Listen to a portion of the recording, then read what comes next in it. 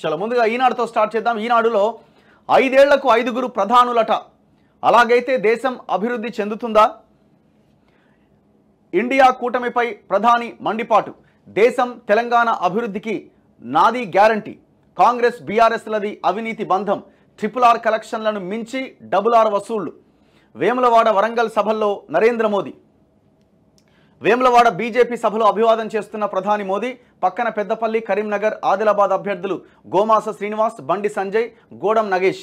So ఇక్కడ ఆదిలాబాద్లో Congress versus బీజేపీగా fight మాత్రం టఫ్గా ఉన్నది. ఎవరు గెలుస్తారని చెప్పకుండా 50-50 ఛాన్సెస్ అన్నట్టుగా ఉన్నది. ఎవరైనా గెలవడానికి అవకాశాలు ఉన్నాయి. కరీంనగర్లో మాత్రం వార్ బండి సంజయ్ వైపుగా ఉన్నది. బండి సంజయ్ గెలవడానికి అవకాశాలు ఎక్కువగా ఉన్నాయి. ఆయన గెలవబోతున్నారని కూడా మనం చెప్పొచ్చు. అక్కడ కాంగ్రెస్ అభ్యర్థి ఆయన వేరే ఎవరికో ఇచ్చినారు. దట్టు చాలా లేటుగా ప్రకటన జరిగింది.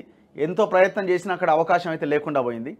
ఇక బీఆర్ఎస్ గురించి మనం కొత్తగా చెప్పాల్సిన అక్కర్లేదు. ఆ పార్టీ చాలా దారుణంగా ఉన్నది. అక్కడ కొంత గతంలో వీళ్ళు గట్టిగా పనిచేసిన ఏరియా, ఎక్కువ సీట్లు వచ్చిన ప్రాంతం కాబట్టి కొంత పోటీ ఇచ్చే ప్రయత్నం చేస్తున్నారు, కానీ అది కూడా కుదరదు. అక్కడ బండి సంజయ్ గెలిచే అవకాశం ఉంది. పెద్దపల్లిలో అక్కడ కాంగ్రెస్ గెలవడానికి అవకాశాలు ఎక్కువగా ఉన్నాయి. సో ఈ గోమాస శ్రీనివాస్ని మార్చాలి అని ఒక ఆలోచన కూడా చేశారు, కానీ ఇక్కడ మారిస్తే వల్ల మిగతా స్థానాల్లో క్యాండిడేట్స్ని మార్చాల్సి వస్తుంది అన్న ఉద్దేశంతో అక్కడ క్యాండిడేట్ని మార్చలేదు. మొత్తానికి ఆయన్నే కంటిన్యూ చేశారు. సో ఈ టికెట్ విషయంలో కూడా సొంత పార్టీలోనే రకరకాల అభిప్రాయాలు, విమర్శలు వచ్చినాయి. సో ఏదేమైనా ఆయన బీజేపీ నుంచి పోటీ చేస్తున్నారు. వివేక్ కొడుకు గడ్డం వంశీ ఆయన కాంగ్రెస్ నుంచి పోటీలో ఉన్నారు. సో అక్కడ కాంగ్రెస్ గెలవడానికి అవకాశాలు ఎక్కువగా ఉన్నాయి. నిన్న మోదీ ఈ ముగ్గురు ఎంపీలను గెలిపించుకోవడానికి నిర్వహించిన బహిరంగ సభలో ఒక స్థానం అయితే పక్కాగా గెలిచే అవకాశం ఉంది. ఆదిలాబాద్ టఫ్ ఉన్నది. పెద్దపల్లి కాంగ్రెస్ గెలవడానికి అవకాశాలు ఉన్నాయి. చలో, ఇండియా కూటమిలో కొత్త ప్రతిపాదన వచ్చిందట. ఎవరు? మోదీ అంటున్నారు. ఇండియా కూటమిలో కొత్త ప్రతిపాదన వచ్చిందట. వాళ్ళు అధికారంలోకి వస్తే 5 ఏళ్లకు 5గురు ప్రధానమంత్రులట.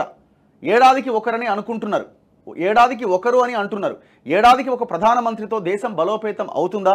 భారత్ అభివృద్ధి చెందుతుందా అని ప్రధానమంత్రి నరేంద్ర మోదీ ప్రశ్నించారు. 10 మంది రైతులు నీళ్ల కోసం బోరు వేసుకోవాలని అనుకున్నారు. నీళ్లు ఎక్కడ ఉంటాయో అన్వేషించారు. చివరికి ఒకరి పొలంలో 100 మీటర్ల లోతులో నీళ్లు ఉన్నాయని గుర్తించారు. కథ చెప్తున్నారు. 100 మీటర్ల పైపు వేస్తే నీళ్ళు వస్తాయి. కానీ ఆ రైతులు ఎవరి పొలంలో వారు 10 మీటర్ల పైపు వేసుకునేందుకు ముందుకొచ్చారు. ఇండియా కూటమిలో నేతలు కూడా ఇలాగే ఉన్నారట అని ఎద్దేవా చేశారు. బుధవారం ఆయన కరీంనగర్ లోక్సభ స్థానం పరిధిలోని వేములవాడలో, వరంగల్ నియోజకవర్గం పరిధిలోని ఖిలా వరంగల్ మండలం లక్ష్మీపురంలో భాజపా నిర్వహించిన ఎన్నికల బహిరంగ సభల్లో మాట్లాడారు.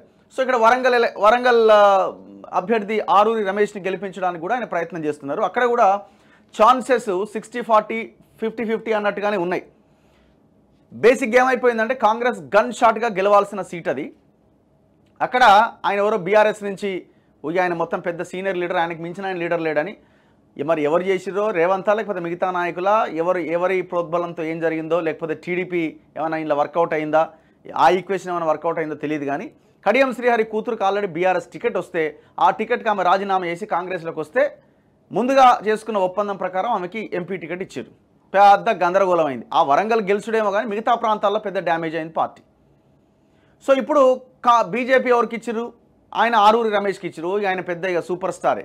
ఆయన భూములు, చెరువులు కనబడితే కథమే. ఆయన వర్ధన్నపేటలో ఆయనకి అపోజిట్గా నిలబడ్డ ఇప్పుడున్న ఎమ్మెల్యే నాగరాజు, ఆయన పోలీస్ ఆఫీసరు 4 రోజుల ముందే ఆయన ఎత్తేసిండు బిచాన. నేను ఈ ఎలక్షన్లో పార్టిసిపేట్ చేయనని. మరి అది ఏమైందో తెలియదు, కానీ రకరకాలుగా వినిపిస్తున్నాయి వార్తలు. ఆయన 4 రోజుల ముందు ప్రచారంలో లేకపోయినా ఆయన గెలిచిండు. అంటే ఎంత గొప్ప పేరుంది ఆరూరి రమేష్కి. అట్లాంటి లీడర్ని బీజేపీ టికెట్ ఇచ్చింది. సో ఇద్దరి మధ్య ఇవాళ పోటీ. ఇక బీఆర్ఎస్ అంటే అక్కడ లేదు. ఆయన ఒక ఉద్యమకారుడికి టికెట్ ఇచ్చినా పార్టీ లేకుండా పోయింది అక్కడ. సో ఇట్లాంటి ఇద్దరి మధ్య ఉన్న విమర్శలు, ఇద్దరి మధ్య ఉన్న దీంతో అక్కడ ఎలక్షన్ జరుగుతూ ఉన్నది. ఎందుకు మాట్లాడుతున్న వరంగల్ గురించి అంటే నిన్న నరేంద్ర మోదీ వరంగల్ కూడా వచ్చి మా క్యాండిడేట్ ఆరూరి రమేష్ని గెలిపించాలి అని అన్నారు. సో ఆరూరి రమేష్ కబ్జాలు, ఆరూరి రమేష్ చేసిన అరాచకం ఇవన్నీ ఉండనే ఉన్నాయి. అది బీజేపీకి మైనస్గా మారింది. అంటే ఇప్పుడు కాంగ్రెస్కి ఉన్న మైనస్ని అడ్వాంటేజ్గా తీసుకుందామంటే అక్కడ ఆయనది కూడా ఇదే ఉన్నది. సో ఇంకా ఇంకోటి కాంగ్రెస్లో ఉన్న సిచ్యువేషన్ ఏంటంటే సొంత వాళ్ళే ఓడగొట్టుకోవడానికి ప్రయత్నం చేస్తున్నారు. పాయింట్ ఏంటి? కడియం శ్రీహరి వస్తే మమ్మల్ని నడవనియడు, కడియం శ్రీహరిదే పెత్తనం అవుతుంది ఎందుకు అని చాలామంది ప్రచారానికి కూడా దూరంగా ఉంటున్నారు. ఈ ఈక్వేషన్ అక్కడ నడుస్తూ ఉన్నది వరంగల్లో. సో అక్కడ కూడా ఫైట్లో ఎవరు గెలుస్తారనేది కొంత 50-50గా లేకపోతే ఎటు చెప్పరాకుండా సిచ్యువేషన్ కనబడతా ఉన్నది. చర్మం రంగు ఆధారంగా ప్రజల యోగ్యతను నిర్ణయిస్తారా? అలా నిర్ణయించే అధికారం వాళ్ళకు ఎవరిచ్చారు? నా దేశ ప్రజల్ని అవమానిస్తే ఒప్పుకునేది లేదు.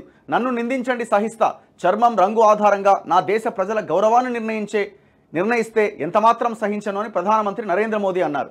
సో ఇట్లా ఆయన నిన్న స్పీచ్ అంతా నడిచింది. వీళ్ళంతా పెద్ద ఎత్తున వార్త రాశారు. అబద్ధాల మాస్టర్ కాంగ్రెస్ అట. కాంగ్రెస్ అబద్ధాల మాస్టర్. ఈ అంశం తెలంగాణ ప్రజలకు తెలిసినట్లుగా వేరెవరికీ తెలియదు. ఆ పార్టీ అతిపెద్ద నేత జన్మదినం సందర్భంగా ఆ రోజున రైతులకు రుణమాఫీ చేస్తామని హామీ ఇచ్చి అమలు చేయలే. ఇప్పుడు ఆ గడువును ఆగస్టు 15వ తేదీకి పొడిగించారు. అప్పటికి ఎన్నికలు అయిపోతాయి. ఆ తర్వాత చేతులు ఎత్తేస్తారు. ఇది ప్రజలను దగా చేయడం కాదా? వేములవాడ రాజన్నపై ఒట్టు పెడతారు, మరోవైపు సనాతన ధర్మాన్ని తిడతారు. మరి వీళ్ళ ఓట్లను ఎలా నమ్మాలి? తెలంగాణలో విద్యుత్ కోతలు ఎంతగా పెరిగాయంటే ప్రజల జీవనమే కష్టంగా మారింది. విశ్వాసఘాతుక కాంగ్రెస్ దేశాన్ని బలోపేతం చేస్తుందా? బీఆర్ఎస్ కాళేశ్వరం కుంభకోణానికి పాల్పడితే కాంగ్రెస్ ప్రభుత్వం రక్షించే ప్రయత్నం చేస్తోంది. బీజేపీ రైతులకే పెద్దపీట వేస్తోంది. రాష్ట్రంలో పసుపు రైతుల కోసం పసుపు బోర్డు ఏర్పాటు చేశాం. రామగుండం ఎరువుల ఫ్యాక్టరీ తెరిపించి యువతకు ఉద్యోగాలు, రైతులకు ఎరువులు అందించాం. కేంద్ర ప్రభుత్వం చేపట్టే అభివృద్ధి పనులకు తెలంగాణ ప్రభుత్వం అంతరాయం కలిగిస్తోంది. వరంగల్లో టెక్స్టైల్ పార్కు నడిపించే క్రమంలో ఇబ్బందులకు గురి చేస్తోంది. దీంట్లో కూడా RRR ట్యాక్స్ వసూలు చేస్తున్నారు. రిజర్వేషన్ల మీద మళ్ళొకసారి మాట్లాడారు. మోదీ కాదు చేసింది మీ ఓటు. 10 ఏళ్లలో నా తీరు చూశారు. మీ ఒక్క ఓటుతో భారతదేశం విశ్వంలో అతిపెద్ద వ్యవస్థగా మారింది. రక్షణ పరికరాల దిగుమతుల దేశంగా ఉండేదల్లా ఇప్పుడు ఎగుమతుల దేశంగా మారింది. ఇవన్నీ మీ ఓటుతోనే సాధ్యమయ్యాయి. మొదటిసారి భయపడుతున్న ఎంఐఎం. హైదరాబాద్లో మొదటిసారి ఎంఐఎం భయపడుతోంది. భాజపా ధీటైన పోటీ ఇస్తోంది. కాంగ్రెస్ బీఆర్ఎస్లు ఎంఐఎంను గెలిపించేందుకు ప్రయత్నిస్తున్నాయి. రామ మందిర నిర్మాణాన్ని అడ్డుకునేందుకు కాంగ్రెస్ ప్రయత్నించింది. ఈసారి కాంగ్రెస్ను గెలిపిస్తే రామ మందిరంపై సుప్రీంకోర్టు ఇచ్చిన తీర్పును పునః పరిశీలించామని కోరతామని చెబుతోంది. కాంగ్రెస్ను ఓడించి రామ మందిరాన్ని కాపాడుకుందాం. మే 13వ తేదీన జరిగే పోలింగ్లో కాంగ్రెస్ బీఆర్ఎస్కు బుద్ధి చెప్పండి. కరీంనగర్లో బండి సంజయ్ గెలుపు ఎప్పుడో నిర్ణయమైంది. పార్టీ అభ్యర్థులు బండి సంజయ్, గోమాస శ్రీనివాస్ పెద్దపల్లి, గోడం నగేష్ ఆదిలాబాద్, ఆరూరి రమేష్ వరంగల్, సీతారాం నాయక్ మహబాద్. ఈ సీతారాం నాయక్ మహబాద్ అయితే అసలు ఆడ పోటీ గెలవడానికి కూడా అవకాశం లేదు. ఆడ కాంగ్రెస్ గెలవడానికి అవకాశాలు ఎక్కువగా ఉన్నాయి. సీతారాం నాయకులకు వేసే ఓటు నేరుగా మోదీకి చేరుతుంది. వరంగల్ ఎప్పుడూ భాజపాకు మద్దతుగా నిలుస్తోంది. బీఆర్ఎస్ కాంగ్రెస్ గుప్పిటి నుంచి వరంగల్ను బయటకు తీసుకురావాలి అని మోదీ అన్నారు. అంత బాగానే ఉంది, మరి క్యాండిడేట్ బాలేడుగా. అంత బాగానే ఉంది, క్యాండిడేట్ బాలే. ఇక్కడ పక్కా గెలవగలిగే సీటు సంజయ్ది ఒకటి. అండ్ ఆదిలాబాదు కొంత ఫైట్ టఫ్గా ఉన్నది. కాంగ్రెస్ కూడా ఒక డాక్టర్కి ఏమో టికెట్ ఇచ్చారు, ఒక మహిళకి. ఆమె గట్టిగానే ఫైట్ చేస్తూ ఉన్నది. చూడాలి ఎట్లుంటుందో రిజల్ట్. నాడు పీవీని అవమానించిన కాంగ్రెస్. సో ఇట్లా నిన్న మోదీ ప్రసంగం నడిచింది. ఇదంతా కూడా ఎంత ఎలక్షన్ లీడ్స్ టు ఎలక్షన్. ఇప్పుడు ఇందులో కాళేశ్వరం కుంభకోణం ఇదంతా మాట్లాడారు. కానీ ఆఫ్టర్ ఎలక్షన్ తర్వాత ఈ కాళేశ్వరం కుంభకోణం గురించి వీళ్ళు మాట్లాడరు, వాళ్ళు మాట్లాడరు. ఎందుకంటే అంతా ఇన్వాల్వ్ అయి ఉన్నారు, అందులో టోటల్ ఇన్వాల్వ్ అయి ఉన్నారు. ఏమన్నా కేసీఆర్ అరెస్ట్ అయితే ఫోన్ ట్యాపింగ్ కేసులో అరెస్ట్ కావాలా? ఈ కాళేశ్వరం మరి ఎట్లా దీన్ని ముందుకు తీసుకెళ్తారనేది పెద్ద క్వశ్చన్ మార్కే. ఎందుకంటే ఇక్కడ కాళేశ్వరం ప్రాజెక్టు పర్మిషన్లు ఎవరు ఇచ్చారు? 60,000 కోట్ల లోన్లు ఎవరు ఇచ్చారు? ఆర్ఈసీ కానీ, పిఎఫ్సి కానీ, ఈ power finance corporation, rural electrification corporation నుంచి దాదాపు 60,000 కోట్ల లోన్లు ఇచ్చింది మీరే, పర్మిషన్లు ఇచ్చింది మీరే. సిబిఐ అడుగుతున్నది, దీని మీద ఎంక్వైరీ మేము చేస్తామని హైకోర్టులో అఫిడవిట్ వేసింది. దాంట్లో సిడబ్ల్యూసీని, సెంట్రల్ వాటర్ కమిషన్ని అండ్ పిఎఫ్సిని, ఆర్ఈసీని కూడా ఇన్వాల్వ్ చేసింది. వాళ్ళ మీద కూడా విచారణ చేయాలి అని, అక్కడ కూడా తప్పు జరిగిందని. చలో మరి విచారణ చేయండి, ముందుగా అక్కడి నుంచి స్టార్ట్ చేయండి.